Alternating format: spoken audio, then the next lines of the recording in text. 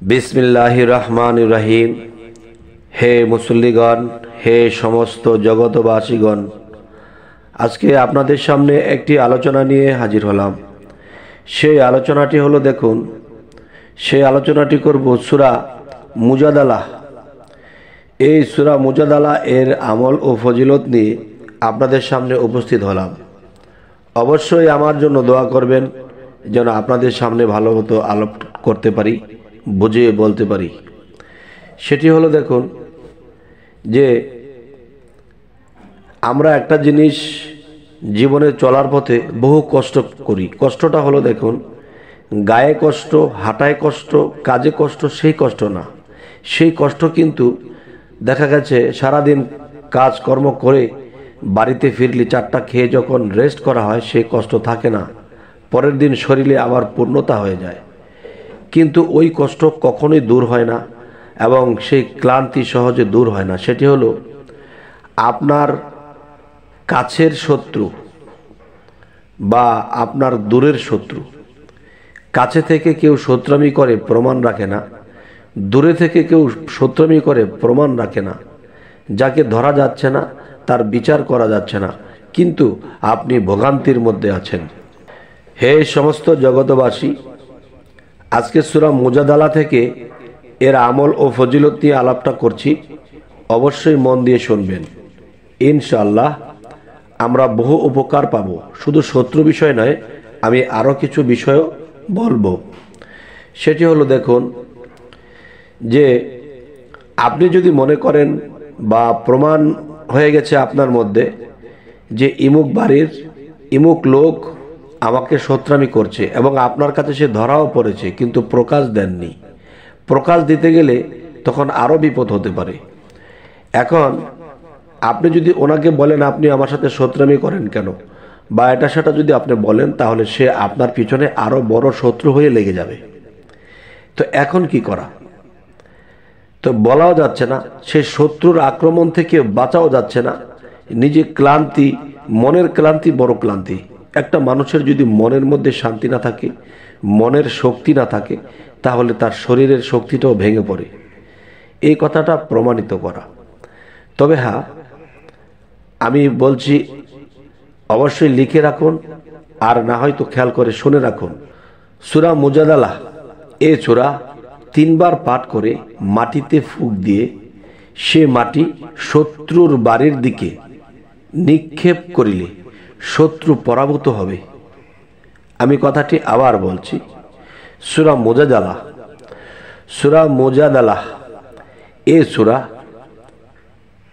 3 বার পাঠ করে মাটিতে ফুঁক দিলে সে মাটি শত্রুর দিকে বা শত্রুর বাড়ির দিকে নিক্ষেপ করিলে শত্রু পরাভূত হবে। এবং প্রত্যহ 41 বার পাঠ করলে আল্লাহর রহমতে কঠিনতর বিপদ ও লাঘব হয়ে যাবে।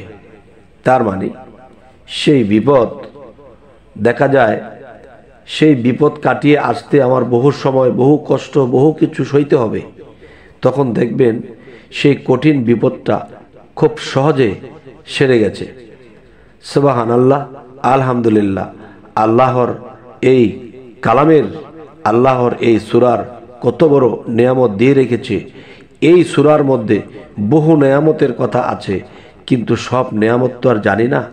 তবে যতটুকু জেনেছি অতটুকুই আপনাদের সামনে বলার জন্য উপস্থিত হয়েছি। তাই বলবো যে সূরা মুজাদালার আরও একটি বিষয় হলো, কোনো রোগীর নিকট বসে পড়লে তার সুনিদ্রা হবে। একটা জিনিস যে এমনও অসুখ মানুষের হয় 5 দিন, 7 দিন, 10 দিন, 11 দিন তার চোখে কোনো নিদ্রা আসে না, সে ঘুমাইতেই পারে না এবং ছটফট করে ওরে বাবারে মারে ডাকতে থাকে, কাঁদতে থাকে। কিন্তু সেই রোগীর নিকট বসে পড়লে এই সূরা মুজাদালা, তাহলে তার সুনিদ্রা হবে। তখন সুনিদ্রা যখন আসতে থাকবে, তখন আস্তে আস্তে তার শরীরটা সুস্থ হবে। অনেক ঔষধ ছাড়াই সে সুস্থর দিকে চলে যাবে।